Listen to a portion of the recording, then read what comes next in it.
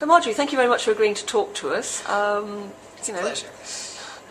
You've published with ETP before. What was your article on?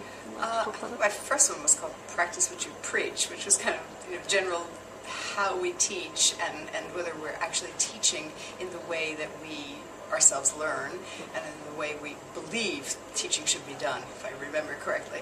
I know I did one on business English and general English, looking at the overlap, and just spoke about that, in fact, in an interview here, that business English is, the tricky part is that it's purposeful, that when you're teaching someone something, if they make a really awful mistake, it could mean losing a deal, whereas if somebody says it's cloudy when they mean overcast, it's not such a problem in small talk.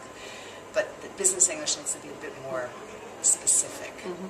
But that we also need to teach them communication skills and all the soft skills that go along with it. And possibly more of the cultural background than you need in general English. Do you think do you start with the language, or do you start with the function and then give them the language to perform that function? Oh, that's a very good question. That also depends on the situation. I recently had a second in line to CEO, member of the board, desperately needed all of his PowerPoint slides looked at and discussed because he was having a meeting with an American banker and wanted to know every single word in German directly translated into English and wanted to be able to talk about what he does. So he completely decided on the lesson and phoned me then after the lesson to ask more questions, and we had conversations Sunday evening, Monday evening till the banker arrived. And what actually happened, I don't know. I think it was a fairly relaxed meeting, but I started with what he needed, which was vocabulary. In other cases, I generally go kind of with chunks of, like, let's talk about pay and benefits. What are they called? Starting with a little pre-teaching, and then talking about the different types. Just did an article, an activity actually for Professional English Online about flexible benefits. And as I was writing it, I discovered benefits all over the world, one of which, for example, is bring a pet to work day. Mm-hmm. Got to class, and a woman came with her dog and said, "I hope you don't mind." I just wrote about it. This is a benefit. And discovered that nap time, which is offered in some countries, is apparently very common in China. Really? My students said, "Absolutely, we do it all the time." And then someone said, "Yeah, a colleague of theirs who's Chinese took her afternoon nap, and that's the way it's done."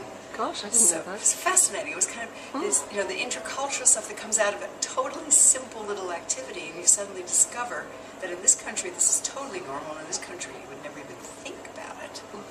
So that was quite, or mental health days, some places that's fine. Yeah. In other places you might do it, but you'd never talk about it. She would never admit it. Yeah, that's really interesting. It was very interesting. Yeah. I really enjoyed doing that. So whether I go with functions, I go with kind of chunks of language. Sometimes, of course, we teach how to present. That's a function. Mm-hmm. Or small talk. Mm-hmm. Teaching a class now on personal selling where I said there are two important words in sales. One is commission. Learn the word, because they get it wrong. And the second is rapport. Mm-hmm. And without rapport, you'll never have a commission. So you've got to learn how to establish and maintain rapport. And they don't really know what that means. Mm-hmm. So we practice it. That's interesting. Do you find that business students, more than general English students, know what they want? Do they have firmer targets? Do they, are they able to articulate what it is that they want to learn in the way of language? Well, it depends on where. The group I'm teaching at university, it's called Professional English, Professional General or something, because we're not allowed to call it Business English, because that's another department. The other department teaches them case studies, and we teach them how to communicate. It's with the Language Institute. You get all these divisions. They're fairly specific, but they read the syllabus before, and they're also given a syllabus, and they want to make sure we follow the syllabus. Corporate people, of course, have got their agenda. They know what they want. Normally, they will tell you. You come in. The interesting thing, this came up recently, I had two people, very high positions, and I came in and they said, "I've had the worst day. I'm exhausted. I would like to just talk." And they chatted about everything imaginable, and at the end of the lesson, they apologize. And they say, "I'm so sorry. This must, you didn't do anything, and I just talked." I said, "Do you have any idea how wonderful that is? You spoke in English for 1.5 hours. This is great." And they kept apologizing. I don't know how to change that. This was so much fun. It was wonderful. Yes, because you'd like to feel that they realise how much they've got out of a lesson, and obviously they would get very much more out of that lesson because they spent the entire time communicating. Absolutely. Yeah. I said, that's what you've done. You've just communicated. And that's your goal. Yes. And sometimes we almost need to remind them of what their goals are. They may think sometimes they need all the specialized vocabulary. I mean, I just told the story downstairs. This meeting with the American banker was a banker who had been sent to the Czech Republic to fix a bank.